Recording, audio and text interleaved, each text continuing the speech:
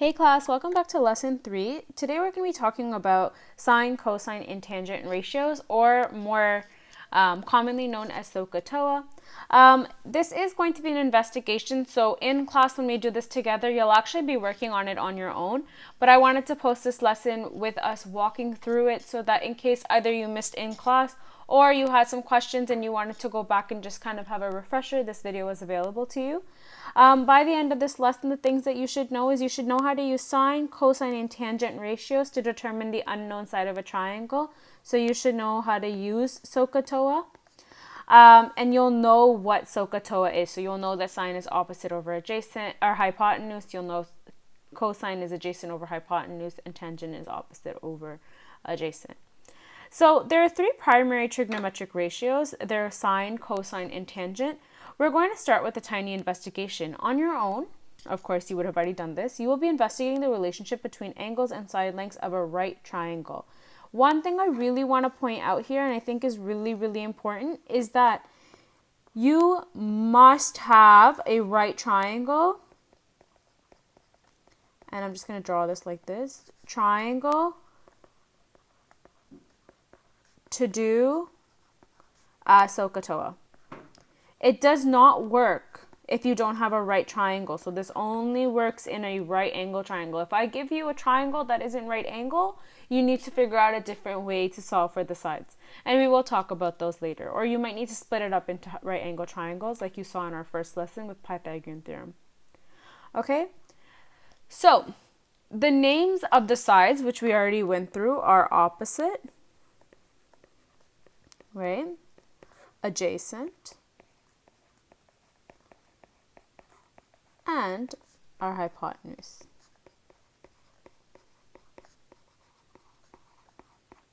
And they're always going to be on the perspective of the given angle or the angle that you're working with. So again, if you're given an angle or say it's saying for you to look up from somewhere, that is the angle that you're going to work with. The longest side of each right angle triangle is always called the hypotenuse. Always, always, always. It's the one that is opposite to the right angle. And I'm just going to write that in here actually so that you have it for reference. Opposite of the right angle. Okay? And it's easily found since it's always on the side across the right angle, which I already did, but, just in case you needed to hear it twice. The side across from the triangle, from the given angle is called the opposite, right? So if we look at the angle that we're looking at, the opposite side, literally if you looked at it and you looked across, that would be called the opposite. And the side that helps form or is next to the given angle is called the adjacent, right? And adjacent just means beside. So what you're going to do on your own or would have done on your own is you're basically going to label the sides of each of these triangles, right? So if you have not done so already, go through and make sure that you fill out this chart. So you're going to label the sides of each triangles, right? Which I already did for you. But go in and say which one's opposite, which one's adjacent, which one's hypotenuse. And then what you're going to do is you're going to measure all the 3 sides. I've already given them to you and record them relative to the 30-degree angle in the chart above, like right here, right? And then using your calculator, you're going to determine the ratio of the sides and record them in the chart to the nearest 5 decimal places. So we're going to go in and actually do this investigation together and we're going to take it up together. But I want you to have done it by yourself first. So let's start off with angle A or side A or triangle A. So for triangle A, our angle of reference is the first thing you need to go find. So what's the angle that we're looking at? And the angle that we're looking at is this green one right here. So let's go find the opposite to this. The opposite to this is right here. So I'm actually going to write it into my triangle, right? I like to have them labeled. That's my opposite. Let's go find the longest side, which is obviously going to be this one. This is the hypotenuse, right? And then this is the adjacent. For angle B, let's go put this in for angle A. So for angle A, our opposite side length was 4. Our adjacent side length was, we're just going to look at this number right here, 6.93. And our hypotenuse, we're just going to go here, is going to be 8, which is why it was just easier to label it first. I'm going to go through, label everything, and I'll deal with the calculation part later. I just want to fill out these first 3 columns because they're just the easiest ones to do. So for triangle B, let's go and see where our angle is. This is the angle that we're looking at. So everything's going to be from this perspective over here, like someone was standing here. So first things first, we have angle B. The opposite to this one is going to be this side right here. So this is our opposite. The hypotenuse is the longest one, so that's going to be this one right here. And then the last one is the adjacent, which is right here. Right, let's go fill that data into our chart. So the opposite is going to be 2.6 centimeters.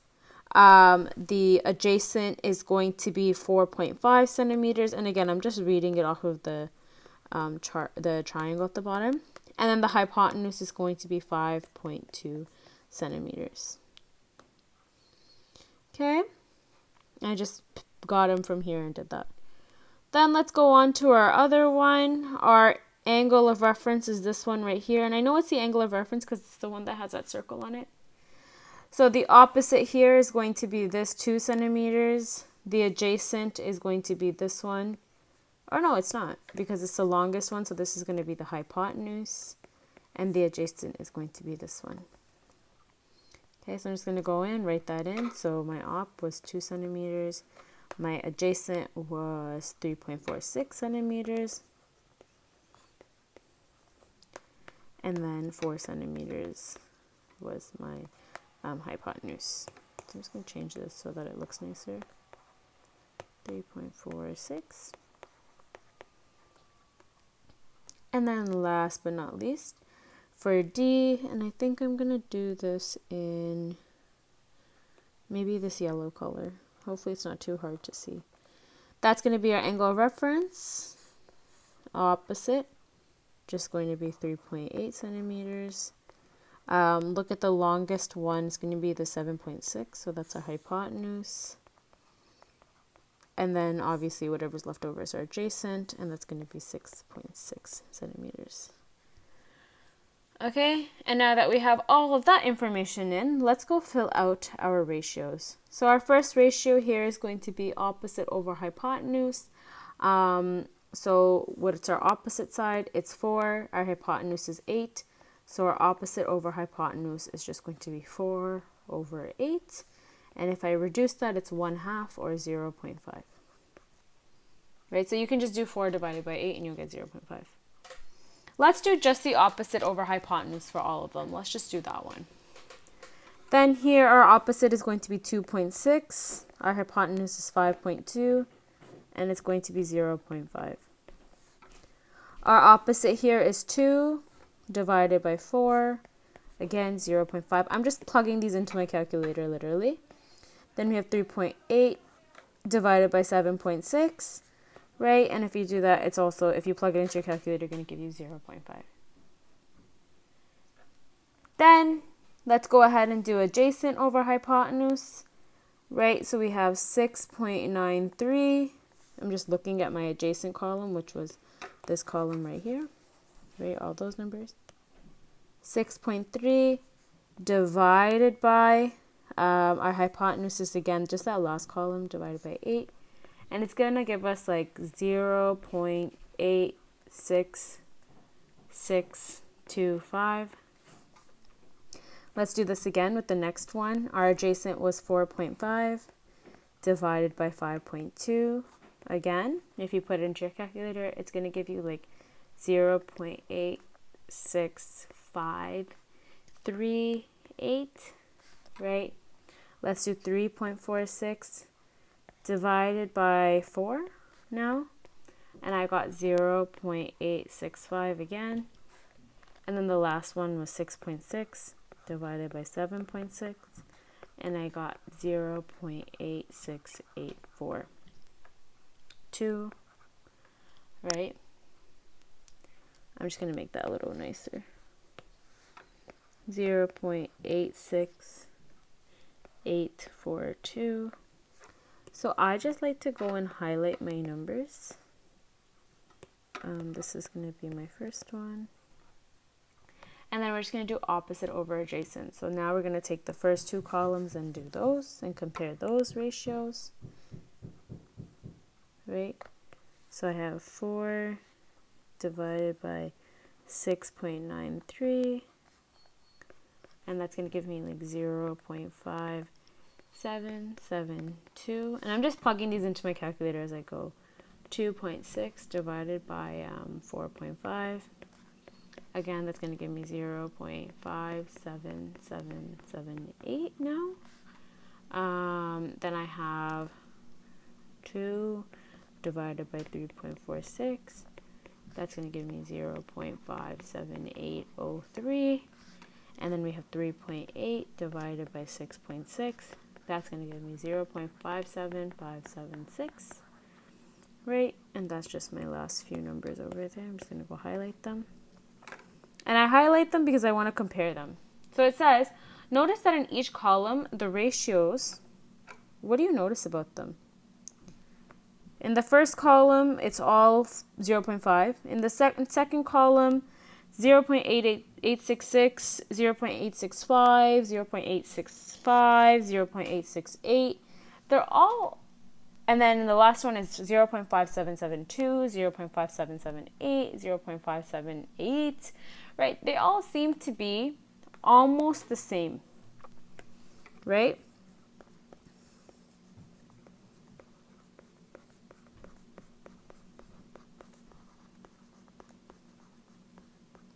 This is because we use the same 30-degree angle in each of these triangles, right? So this was 30 degrees, this was 30 degrees, this was 30 degrees, and this was 30 degrees, right? And that means that for any triangle that has an acute angle, and an acute angle just means that it's less than 90 degrees, so it's 30, 40, 50, 60, any of those, right? The trig ratios are as follows. So I'll go through what they are. But what you need to remember is that for any 30-degree angle, your sine or your opposite over hypotenuse side will always be 0.5, no matter what happens.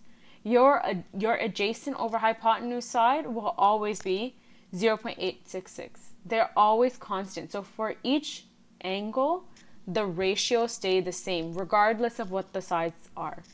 That's how triangles work, and that's why they're such a weird shape and why we spend so much time on trigonometry, and there's a whole study dedicated to it. It's because with these ratios, especially in right angle triangles, if it's a 30-degree angle, no matter how big or small your triangle is, that ratio of the sides will always stay the same just because of the way and the angle that those two need to go at and meet with. And that's just how it's going to be. It's always going to be like that, right? This means that there are certain ratios that we can use to determine what an angle is. If you have all three sides, or even if you have two sides of a triangle, you can always find the theta or the angle of that triangle. That's what makes triangles such an important shape in trig or in math. So we know that for any 30-degree angle or for any angle, right, sine is always the opposite over the hypotenuse. And I guess I'll write them out.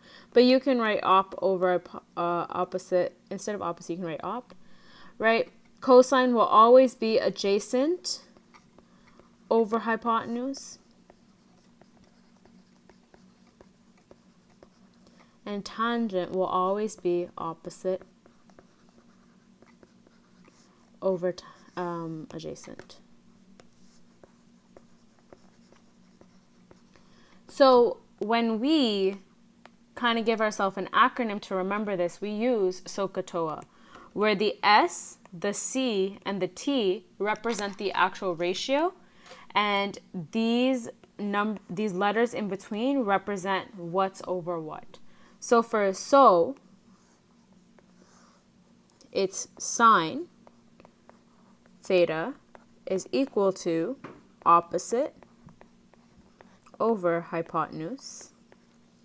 For ka, it's cosine theta is equal to adjacent, that's what the A stands for, over hypotenuse. And toa, it's tan theta equals opposite over adjacent. And that's why we use that to remember our Sohcahtoa. Okay, so what do these ratios mean and why do we even use them? What these ratios basically mean is that it tells us when we're given something like sine 30, and we know that sine 30 is 0.5. So if you went into your calculator right now, let me see if I can just pull it up here. We used our Desmos calculator earlier today, so we can pull it up. Calculator, Desmos. So Desmos has a great scientific calculator online that I like to use when I'm teaching lessons. So if we went into our calculator and we put sine 30, it's always going to give us 0.5. So this, I'm going to go back into my thing right here, and it says sine 30 is equal to 0.5. If I change that to a fraction, which is just 1 over 2, I know that sine theta is equal to opposite over hypotenuse. So I know that my opposite must be some ratio of 1 over 2. So I can actually go and label my triangle right now. So this is the sine 30. So I know the opposite angle from here, right? The op is going to equal 1, or some like variable of 1, some type of, it could be 2, could be 3, anything like that. And the hypotenuse is going to equal 2, right? This could also have been 6 and 3, right? Because even if you did 6 divided by 3, you would get 0.5. Anything that'll give me a 1 to 2 ratio. And then I know that this adjacent, if I use the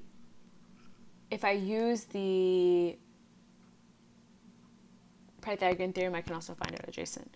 So now I have two sides in an angle, so I can do some work with that. Right? What this is essentially saying, this ratio, I'm just going to write it out for you, is that sine 30 equals 0.5 means that the opposite side is half the length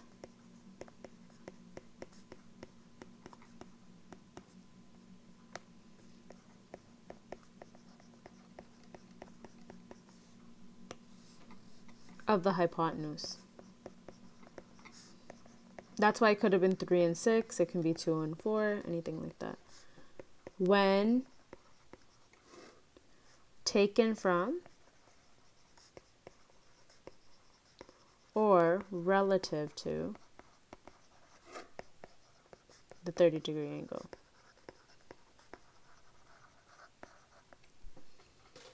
Okay, and the most important thing to remember here is that you really need to be careful which side you label as the hypotenuse, which side you label as adjacent, and which side you label as opposite, because that makes a difference. Okay, and then one thing I want to leave you with, and I kind of want you to think about, we can answer this after. What would tan and cosine be for this triangle then? So pause, think about it for now. I'm going to answer this question, but I do want you to think about it before I go ahead and answer it. Okay? Okay?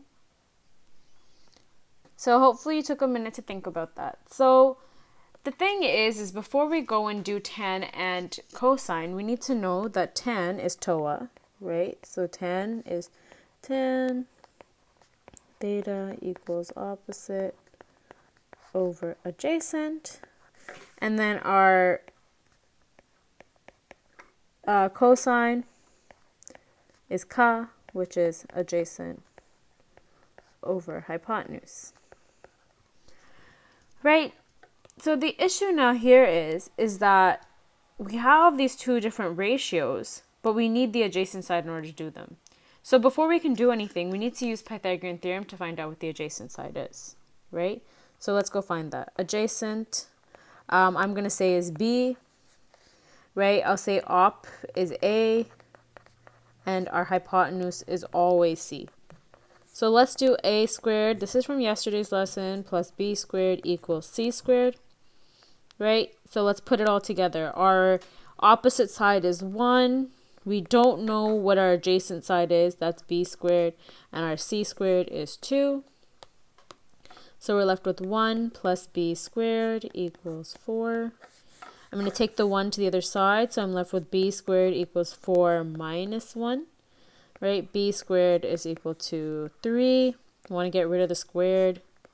So I'm going to square root both sides. So B is equal to square root of 3. And if I plug that into my calculator here, I'm just going to clear all. Square root of 3 is equal to 1.73205. So I'm just going to write it as 1.7. So side B is equal to 1.7. And I like to just go in and write it. Now, I know and I can find tan. Tan theta is equal to opposite over adjacent.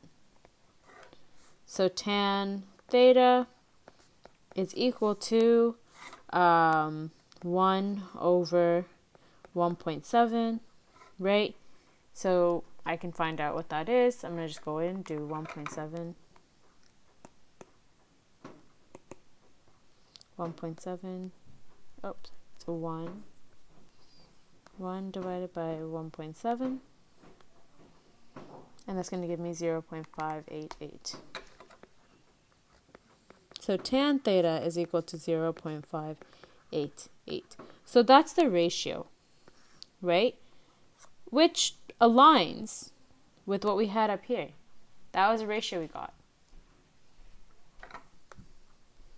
So take a guess at what you think the ratio for cosine will be. Let's go find it. Cosine theta is equal to adjacent over the hypotenuse, which was just 2, right? So cosine theta is equal to, clear, 1.7 divided by 2, which is also 0.85. 0.85. Also very similar to, if we go back, our cosine here, right, adjacent over hypotenuse, 0.86, 0.85. Right? So notice how the ratios kind of stay the same. What we're going to learn tomorrow is how we can use these ratios to solve for the side and for the angle without having to use Pythagorean theorem always, or by using Pythagorean theorem and finding the angle. So what if I wasn't given the angle? What if I didn't know that was a 30-degree angle? How could I find what the angle was? Okay? And that's all for this lesson. Take care.